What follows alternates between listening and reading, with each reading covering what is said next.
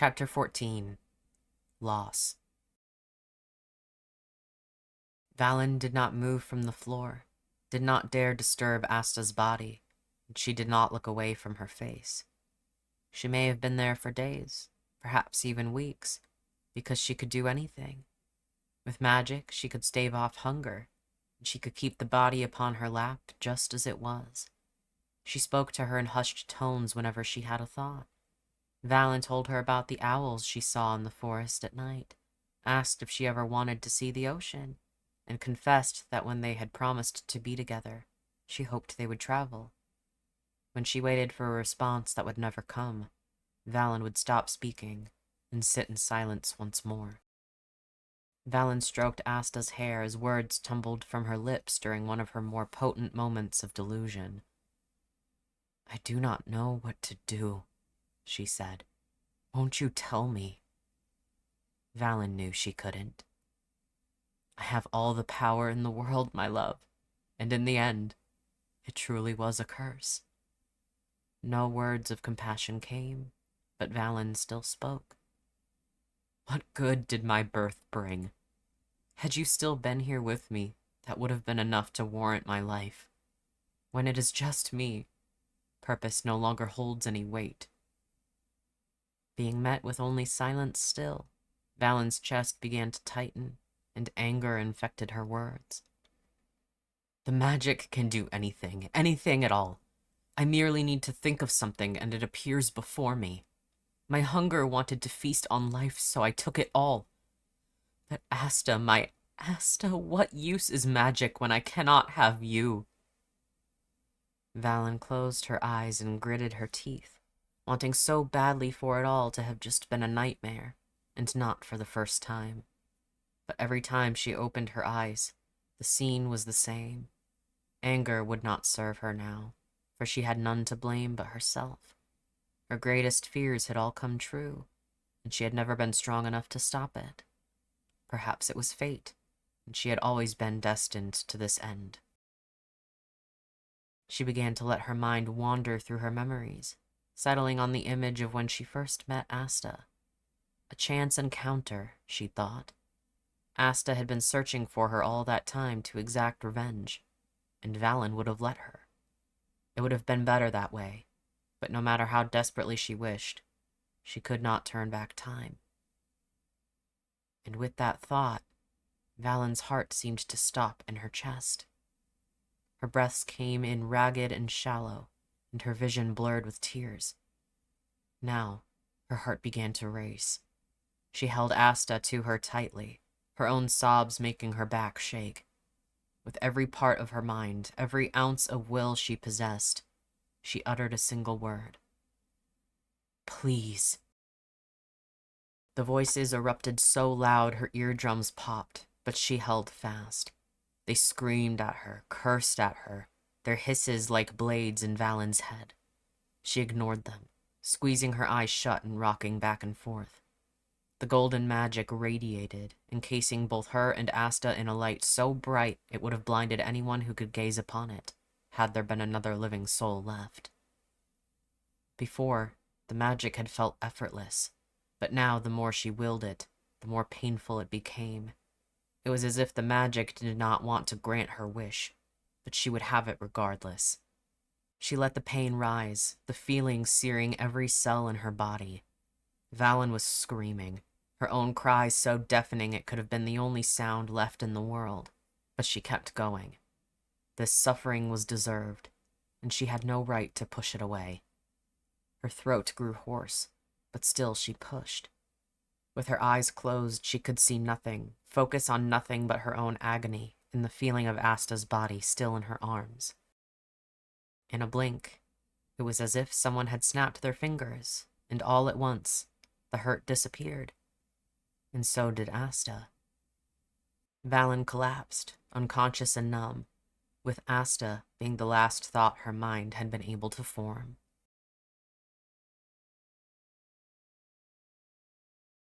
Chapter 15. A Savakit.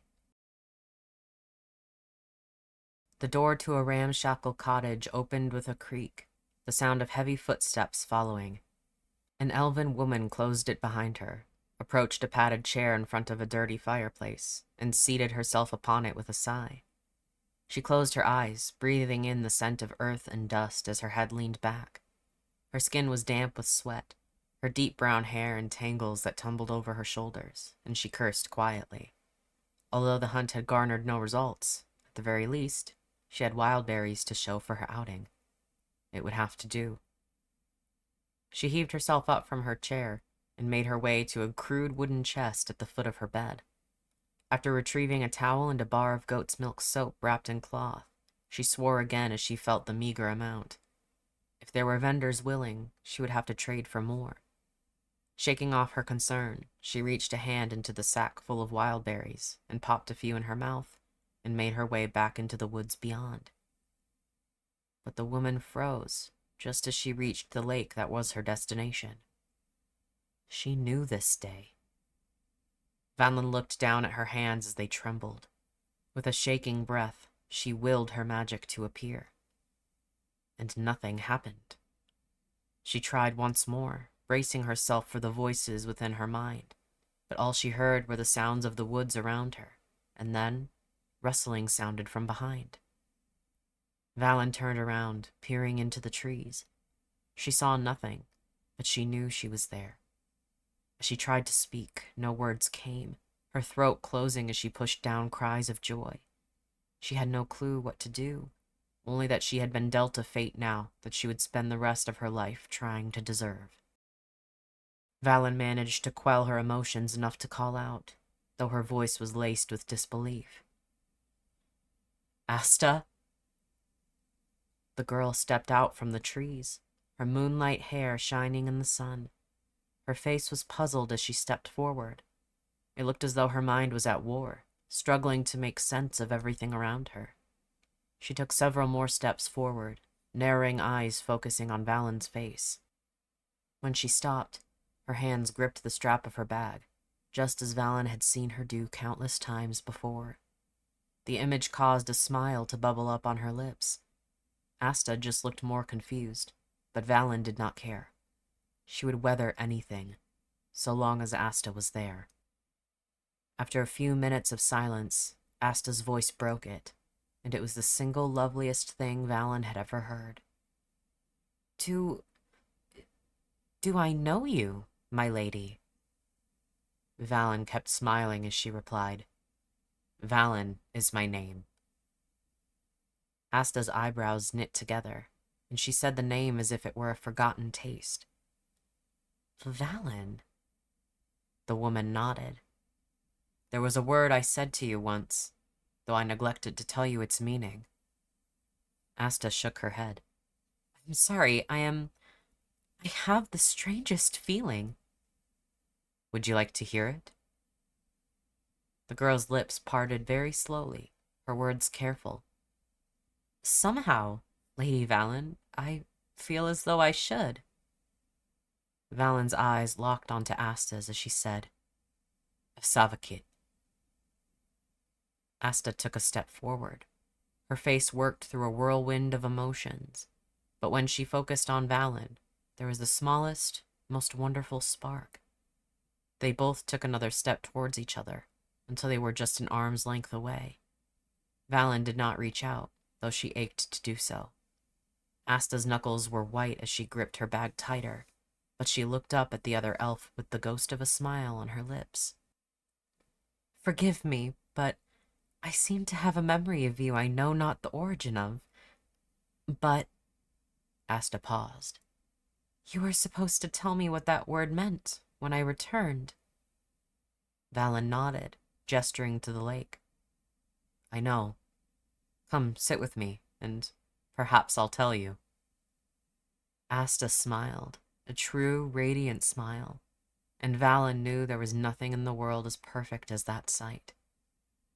They sat down together at the edge of the lake, Asta's blue-eyed gaze softening with every word they exchanged, and Valyn made peace with whatever came next. As long as Asta was alive and well, Valyn had purpose, and loneliness would never plague her again.